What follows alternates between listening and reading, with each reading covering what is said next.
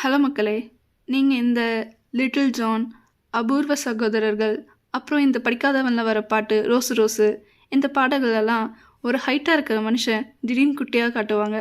அது எப்படின்னு நீங்கள் என்னைக்காச்சும் யோசிச்சுருக்கீங்களா? நான் சின்ன வயசில் என்ன நினச்சேன்னா, அவங்க தன்னுடைய கால்களை மடக்கி ஷூக்குள்ளே மாட்டி முட்டியிலே ஷூ மாட்டுவாங்க அப்படின்னு நான் நினச்சேன். பட் அது இல்லை. இவங்க இந்த இடத்துல கேமரா ட்ரிக் தான் யூஸ் பண்ணுறாங்க. உங்களுக்கு ரொம்ப ஈஸியாக சொல்லணுன்னா, இப்போ நீங்கள் ஒரு லேம்ப் போஸ்ட்டு கிட்ட நிற்கிறீங்கன்னு வச்சுக்கலாம். உங்களுடைய ஹைட் ஒரிஜினலாக என்னன்னு தெரியும். லேம்ப் போஸ்ட் உங்களை விட ஹைட்டாக இருக்கும். அதுவே கொஞ்சம் தூரத்தில் வந்தீங்கன்னா லேம்ப் போஸ்ட்டும் நீங்களும் ஒரே ஹைட்டில் இருப்பீங்க. இன்னும் கொஞ்சம் தூரம் வந்தீங்கன்னா லேம்ப் போஸ்ட் உங்களை விட ஒரு குட்டியாகவே தெரியும். இந்த ட்ரிக்கை தான் நம்ம படங்களில் யூஸ் பண்ணுறாங்க. இதுக்கு பேர் ஃபோர்ஸ்டு பெர்ஸ்பெக்டிவ்னு சொல்லுவாங்க. இந்த ட்ரிக்கை அச்சீவ் பண்ண நமக்கு கேமரா பிளேஸ்மெண்ட், சப்ஜெக்ட் பிளேஸ்மெண்ட், கரெக்டான ஸ்கேல் அண்ட் டெப்த் பர்செப்ஷன் ரொம்பவே தேவை. டெப்த் பர்செப்ஷன்னா ஒன்றுமே இல்லை.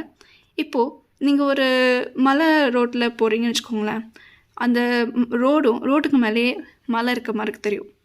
பட் அது ரொம்ப டிஸ்டன்ஸில் இருக்கும்.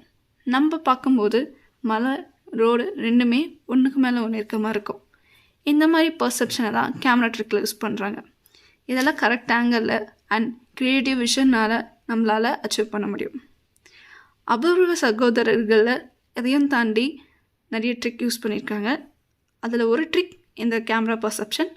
மீதி அந்த டீமோட நிறைய குட்டி இன்டெலிஜென்ஸ் இருக்குது. ஸோ இனிமே இந்த மாதிரி ஷார்ட்ஸ் எப்படி அப்படின்னு யோசிச்சிங்கன்னா, இட்ஸ் ஃபோர்ஸ்டு பெர்ஸ்பெக்டிவ்.